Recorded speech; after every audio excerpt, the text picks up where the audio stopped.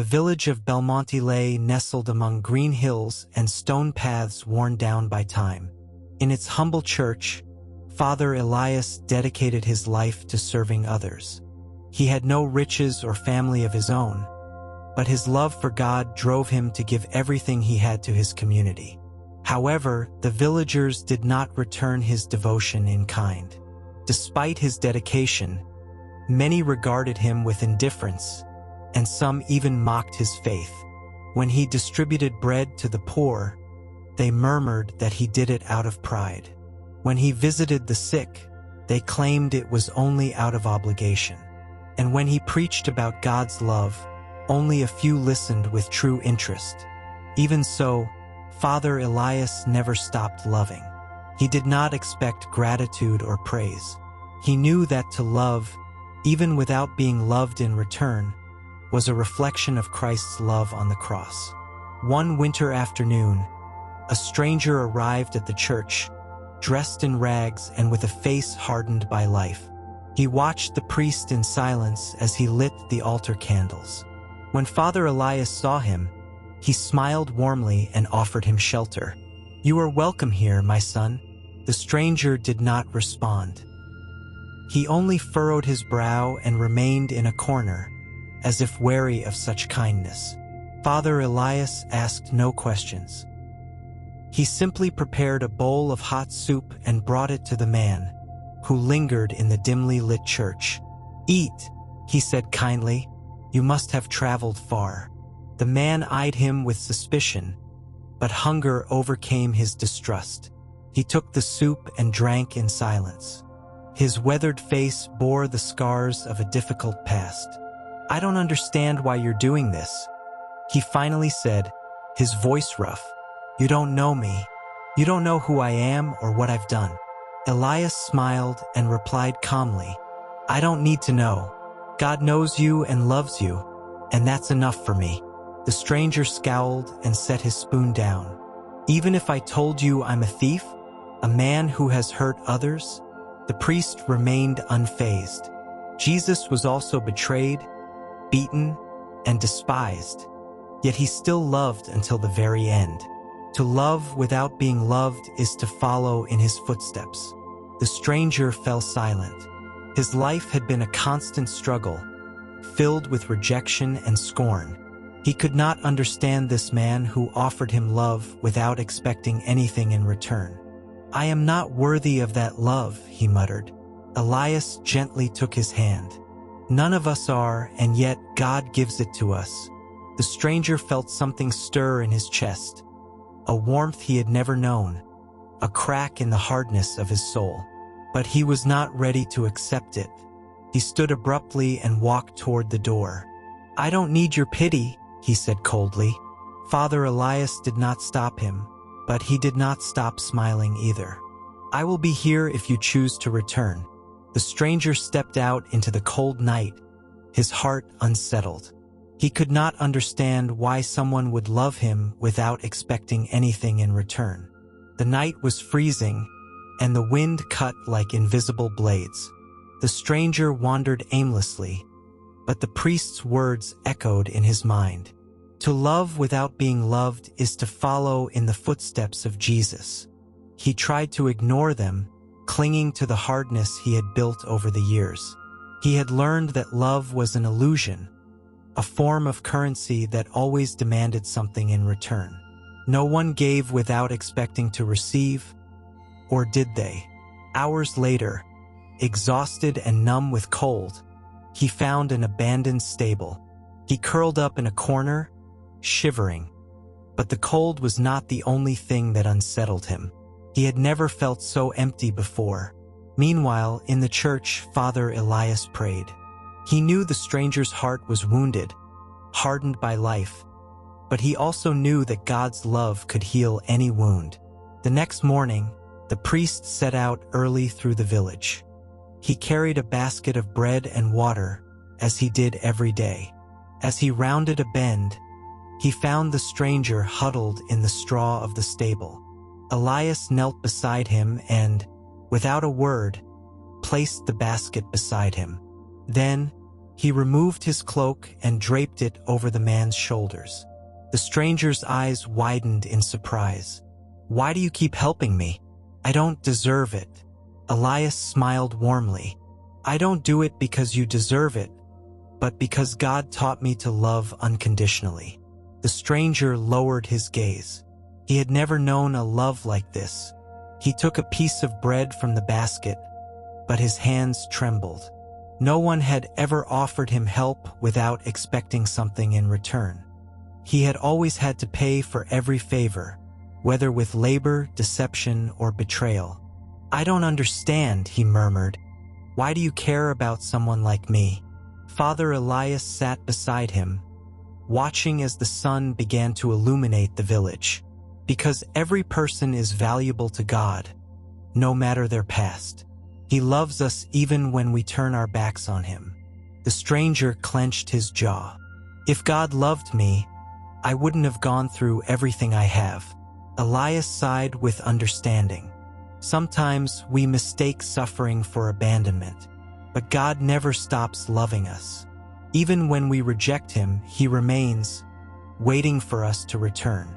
The stranger remained silent, processing these words. Since childhood, he had felt unwanted. He had grown up on the streets, learning to survive through lies and theft. He had always believed the world was cruel and that love was a weakness. But now, a stranger was offering him affection without any apparent reason. "I don't know how to accept that," he said in a hoarse voice. "I don't know how to receive a love that demands nothing." Father Elias smiled. "You don't have to do anything. Just open your heart." The stranger felt a lump in his throat. Part of him wanted to run, but another part, a deeper, hidden part, longed to believe that this love was real. The stranger remained silent, feeling an unfamiliar weight in his chest. It was as if the armor he had built over the years was beginning to crack. Father Elias did not pressure him. He simply stayed by his side, sharing the quiet of the sunrise. Finally, the stranger spoke, his voice filled with doubt. "I don't know how to love that way." Elias looked at him with tenderness. "No one is born knowing. We learn from God's love, who loved us first, even when we rejected him." The stranger clenched his fists. "I have done bad things. I have hurt people who trusted me. I'm not a good man." Elias placed a gentle hand on his shoulder. "Jesus did not come to seek the righteous, but the sinners. He knows you and calls you by your name, even if the world has forgotten you." The priest's words struck deep, but the stranger still resisted. All his life, he had been taught that the world was cruel, that kindness was a lie, that no one gave without expecting something in return. "Why do you keep insisting?" he asked bitterly. "You could leave me here and go on with your life." Elias smiled with the patience of someone who had learned to love unconditionally. "Because that is God's love. It does not grow weary, does not give up, does not stop. Even when you do not understand it, it remains." The stranger felt his eyes burn. Something inside him was beginning to change, though he could not yet explain how. He looked away, ashamed of the emotion that overwhelmed him.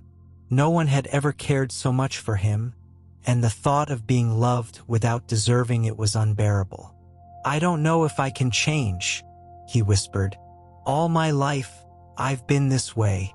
Father Elias smiled warmly. "It is not about changing on your own. God transforms hearts when we allow him. You only need to take the first step." The stranger shook his head, struggling against the guilt that weighed on him. "And if I fail? If I hurt someone again?" Elias placed a reassuring hand on his shoulder. "God does not expect perfection, only sincerity. We fall many times, but he is always there to lift us up." The stranger felt a lump in his throat.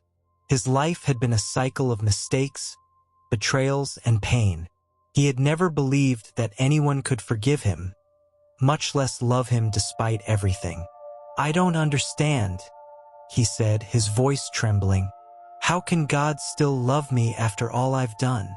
Elias took his hand firmly and answered gently, "Because his love does not depend on what we do, but on who he is, and he is love."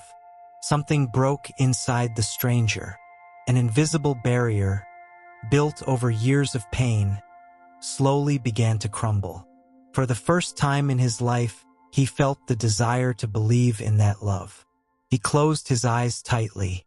He didn't want to cry, but the tears fell against his will. Something deep within him longed for the light that Father Elias offered. "What do I have to do?" he asked in a choked voice. Elias smiled kindly. "Just open your heart to God. You don't need fancy words, just honesty. Ask him to help you believe in his love." The stranger swallowed hard. He wasn't sure how to do that. He had never prayed before, and the idea felt strange. But something inside him longed to try. Trembling, he knelt on the hay. He closed his eyes and, for the first time, let words come from the depths of his soul. "God, if you really love me, if you have not abandoned me, then help me. I don't know how to do this. I don't know how to accept your love. But if there is still hope for me, please don't let me go."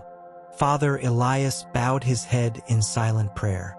A deep sense of relief washed over the stranger. He couldn't explain it, but he felt a warmth within him, as if a heavy burden he had carried his entire life was slowly dissolving. Elias looked at him with tenderness. "God has been waiting for this moment. His love has always been with you." The stranger sobbed, feeling how his hardened heart was finally softening. For the first time, he allowed himself to believe that it was possible to be loved without deserving it. He remained on his knees, his face wet with tears. He did not fully understand what was happening inside him, but he felt a peace he had never known before. Father Elias placed a hand on his shoulder. "Today you have taken the first step. God does not ask you to understand everything right away, only to trust him." The stranger slowly nodded. For the first time, he did not feel the urge to run. Days passed, and the man decided to stay at the church. Not because anyone forced him to, but because in that humble temple, he had found something he had never known before: sincere love without conditions. He helped Father Elias care for those who arrived hungry or sick, and, over time, he began to see in their eyes the same pain he had once felt. One day, as he handed a piece of bread to a hungry child, he finally understood. He, too, could love without expecting anything in return. He looked up at the sky with tears in his eyes and whispered, "Thank you, God, for not giving up on me." From afar, Father Elias watched and smiled. He knew that God had worked in his heart, and so, the man who had arrived as a broken wanderer, without faith and without hope, learned to love, even without being loved.